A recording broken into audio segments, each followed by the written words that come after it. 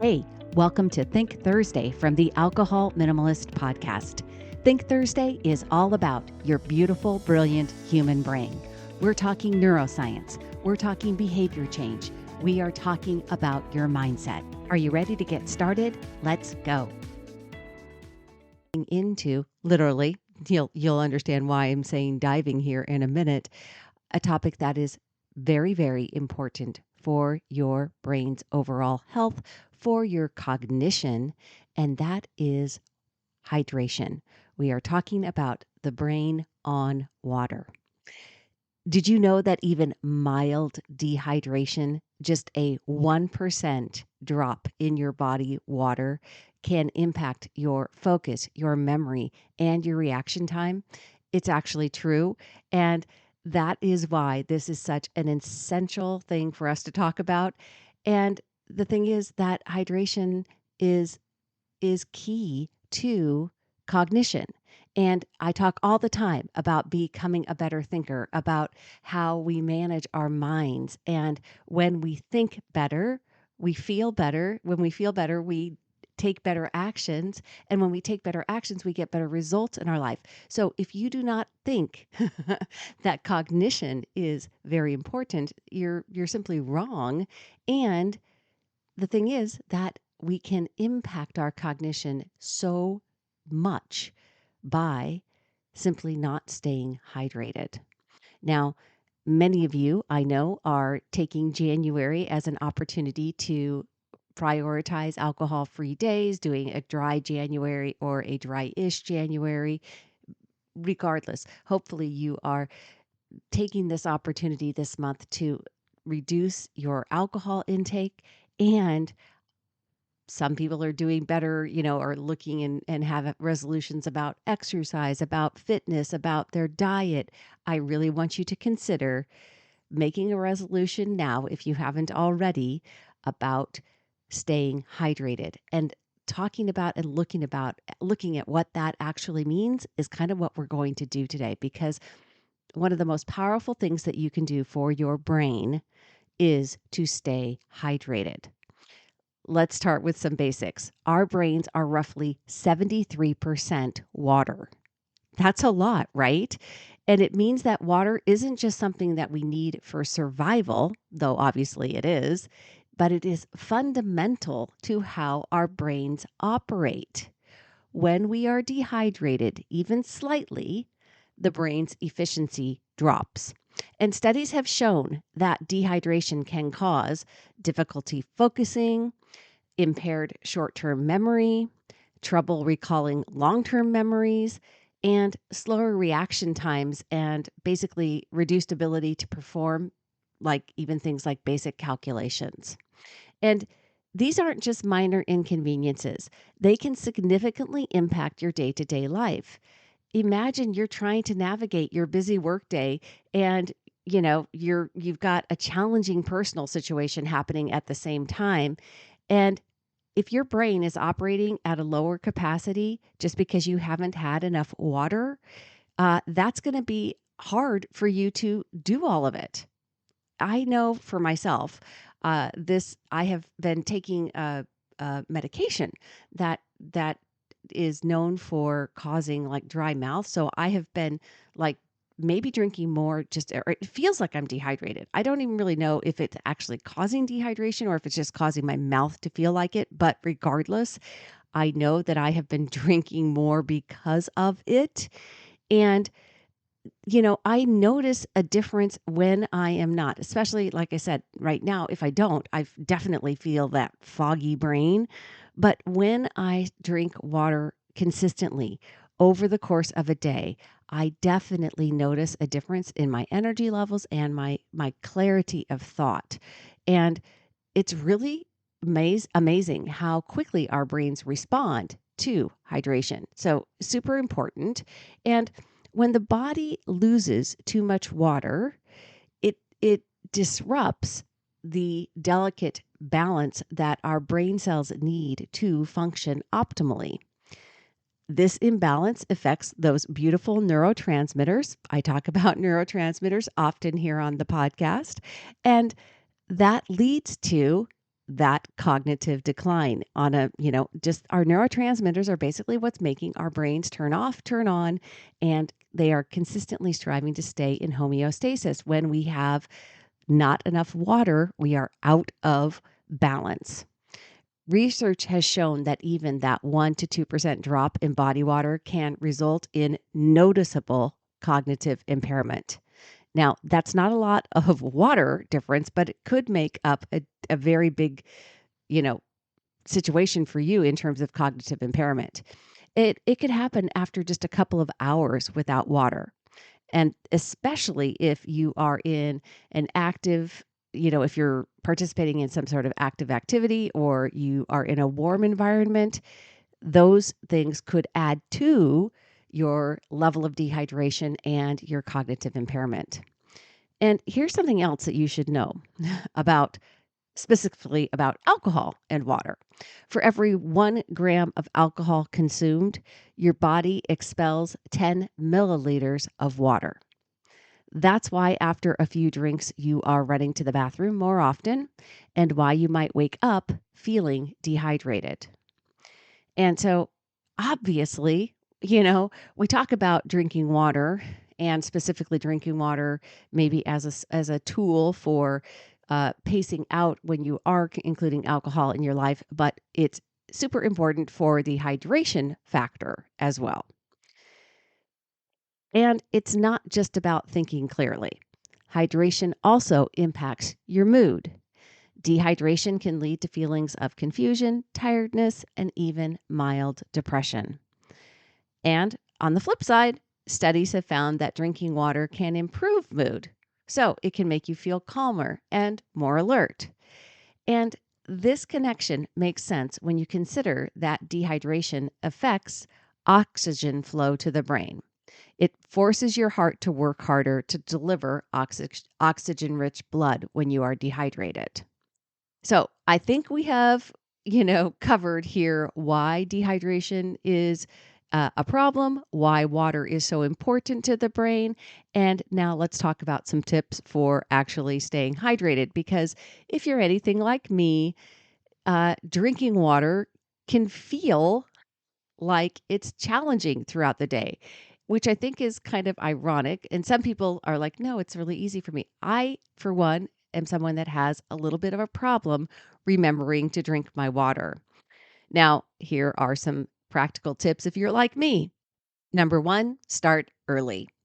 That's right. Get up and maybe after, well, first of all, after sleeping, your body is naturally dehydrated. So jumpstart your hydration as part of your morning routine. Make it the first thing you do. Drink a glass of water. Now, I know some people have said, well, if I drink a glass of water, it upsets my stomach. I don't know. You've got to navigate that for yourself, but I really want to encourage you to make water part of your morning routine. Number two, make it accessible. Keep water nearby throughout the day.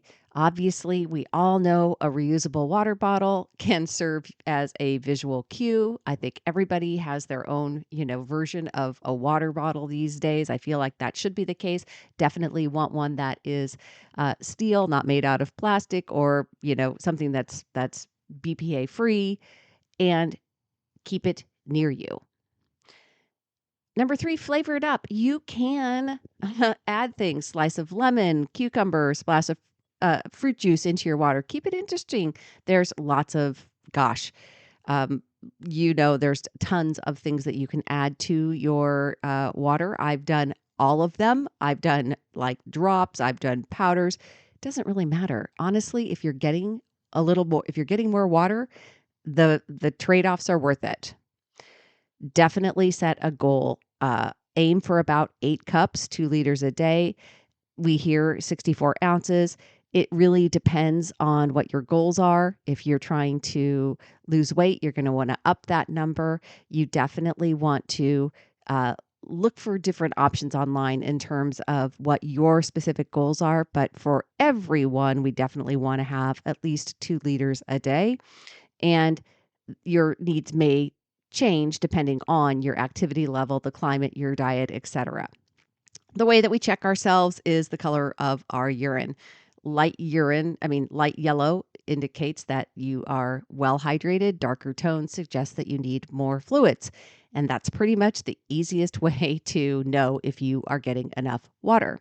You can use an app. Consider using a hydration tracking app like Water Reminder, and that will send you some gentle notifications to keep sipping throughout the day. And, I don't think there's anything wrong with using reminder tools. We use apps around here all the time on the big podcast. You all know I'm a big fan of Sunnyside in terms of tracking alcohol. You can use a reminder to help you remember to drink more water. I try to drink a glass of water first thing and every morning. I will say that sometimes I incorporate that with taking medicine that I take a daily medication pill as well that I need to take. So it's kind of one of those things. I used to just take like a sip of water to take that medicine. Now I am making myself drink a whole glass of water. And I find that to be just an easy way to get myself started on drinking more water throughout the day. Now, as alcohol minimalists, we often talk about breaking habits that no longer serve us and making more mindful choices. The thing that we know about our relationship with alcohol is many people tend to reach for alcohol and they think they're doing it maybe out of a response of stress or boredom. What if part of that impulse, though, is actually being driven by thirst? I think that happens for people as well. The thing is that, as we've talked about, alcohol is actually a diuretic, which means that it encourages the body to lose fluids. The initial drink might seem like it's quenching your thirst, but it's actually making your dehydration worse. And this can lead to a vicious cycle. You think you're helping because you're drinking more beer, and you have a drink, you get more dehydrated, and then you want another drink and you think you can see the problem, right? The thing of it is that that's another good reason we want to make sure we are drinking water along any time that we are including alcohol in our days. During dry January or dryish or damp or however you're doing it, this is really the perfect opportunity to rework those old habits. And so really ask yourself, instead of reaching for the glass of wine at the end of the day, let's make it a glass of water instead. And make that your first choice, your first option. Just make it non-negotiable. Before I drink anything else, I'm going to have a glass of water when I come home through the door at the end of the day. And you might find that it not only satisfies that craving, but of course, we're getting it without any negative consequences, and we're helping our brains stay hydrated. You might actually find it easier to curb urges and cravings when you drink water first.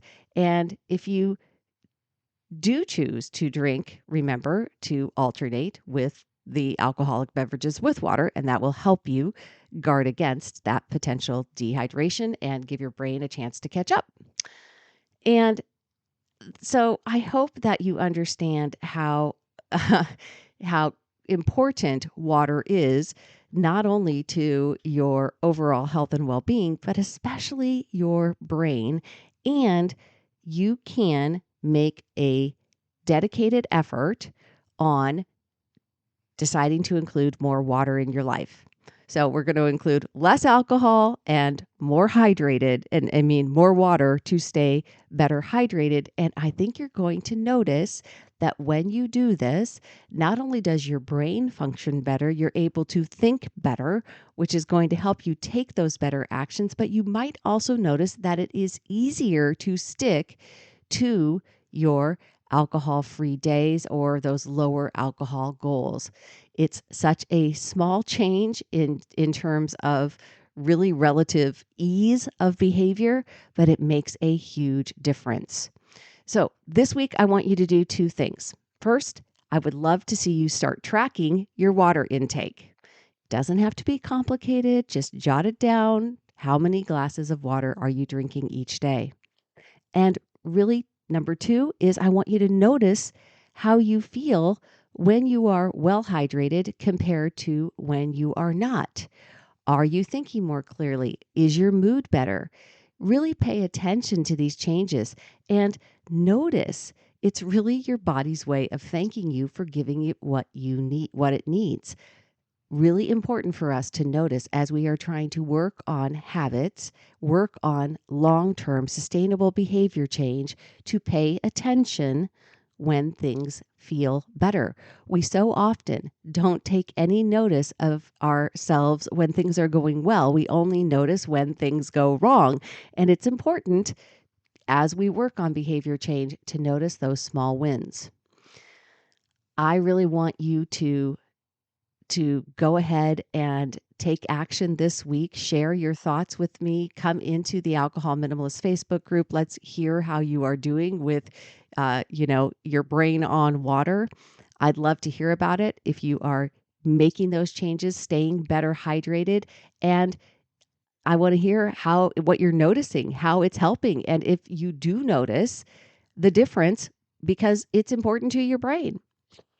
Thank you so much for listening to Think Thursday. Remember, your journey to a peaceful relationship with alcohol starts with taking care of yourself, and that includes staying hydrated. I will see you next time on Monday. Until then, choose peace, my friends.